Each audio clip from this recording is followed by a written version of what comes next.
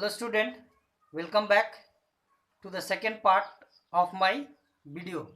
In the first part, I have discussed about difference between living thing and non-living thing. First point I told you, living things move. Now we will be discussing about living things grow. Living things grow. So human beings, they give birth to babies and these babies grows into an adult. Human being, what they do, they give birth to young ones or babies and these babies grow into an adult. In the same way, animals also give birth to young ones. These babies, animals baby also grow into an adult. Not only animals, seeds also. Seeds, when we plant, when we put a seed in the soil, they also grow into trees. When we put a seed in the soil, they also grows into trees. So living things grow. So that is why I told you living things grow. Human being, babies, they grow into an adult. Animals, their babies grow into an adult. Seed, when we plant the seed in the soil, that seed also grows into a tall tree. But non-living thing do not grow. But non-living thing do not grow. So this stick, this is a non-living thing. Is it growing or will it grow after 2 days or 4 days or after 1 month? No, it will not grow. It will be remaining as it is after 1 year also if we don't break it. So living things grow, non-living thing does not grow.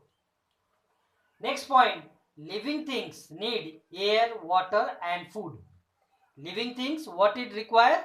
Air, water and food. So living things, it might be human being, it might be animal, it might be plants. They cannot live. Living things cannot live without air, water and food. Living being cannot live without air, water and food. So living being, what they require? Air, water and food. So living being, they require air, water and food. Without these three, living being cannot survive. Suppose human being, animal, they require air. Air contain many gases, but human being and animal, they require oxygen. That we are getting from where? From the plants. Water, if you don't drink water, if we don't give water to animals, if we don't give water to plant, they will die. Food, all living things need. Human being, animal, plants, all three require this food. So if we do not water plant, it will die. Just I told you before, if you have a flower pot in your home, if you do not water the flower plant, what will happen? It will die.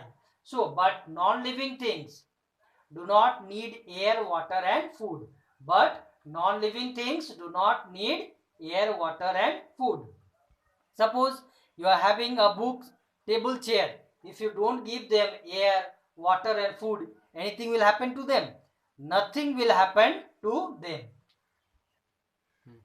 Fourth point, living things responds to the changes around them. Living things respond to the changes around them. Living things respond according to the changes around them. Now living thing, what it does? It changes according to the environment. According to the environment, they respond to the changes that takes place in the entire environment. Example, when it is very hot, during the summertime, what we do? We drink lot of water. We drink lot of water for what? To quench our thirst. The thirsty we are feeling, to fulfill that, we drink lot of water during the summertime. In the same way, when it is very cold, what we do? We wear jackets or sweater. When it is very cold, what we do? To protect us from that cold condition, what we wear? We wear jackets or sweater. For what? To keep us warm. Why do we wear jackets and sweater in cold season? Because to protect us from the cold winter, to keep us warm. Now, if suppose this is a rod, it is hot and we don't know that it is hot or cold. If you suddenly touch the rod, what will happen? We will quickly remove our hand from that, because as we being a living being, we will respond to that. So in the same way, when we touch hot objects, we quickly remove our hand. When we touch hot object, we quickly remove our hand. So living things responds to the changes around them. Non-living things. Non-living things do not respond to the changes around them. Non-living thing, book, chair, table, fan, they will not show any response to the change in the environment. Any sort of response they will not give, because they don't have life in them.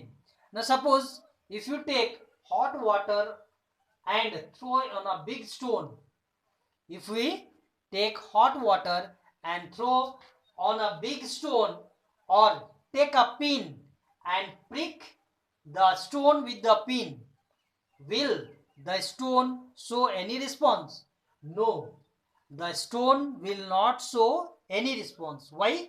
Because they are non-living things. Because they are non-living things. So, living things respond to the changes around them, whereas non-living things, they do not respond to the changes around them. Next, living thing reproduce. Living thing reproduce. First, we have to know what is reproduction. What is reproduction? The process of giving birth to young one. The process of giving birth to young one of their own kind is called reproduction. The process of giving birth to young ones of their own kind is called reproduction. Is called reproduction. This reproduction is done only by living things. So, human beings, animals like dog, goat, cats, cow, what they give? They give birth to young ones.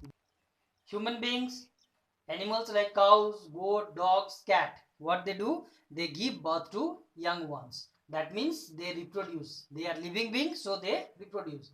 But non-living thing, they do not reproduce. But non-living thing, they do not reproduce. See, one drawing I have drawn.